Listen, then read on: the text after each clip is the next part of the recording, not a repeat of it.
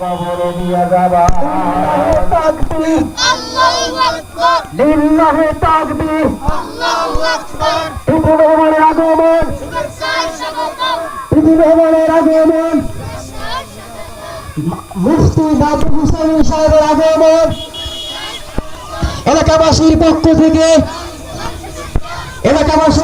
থেকে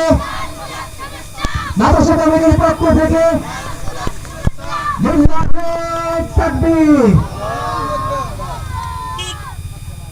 আলহামদুলিল্লাহ বাবা রেজাউল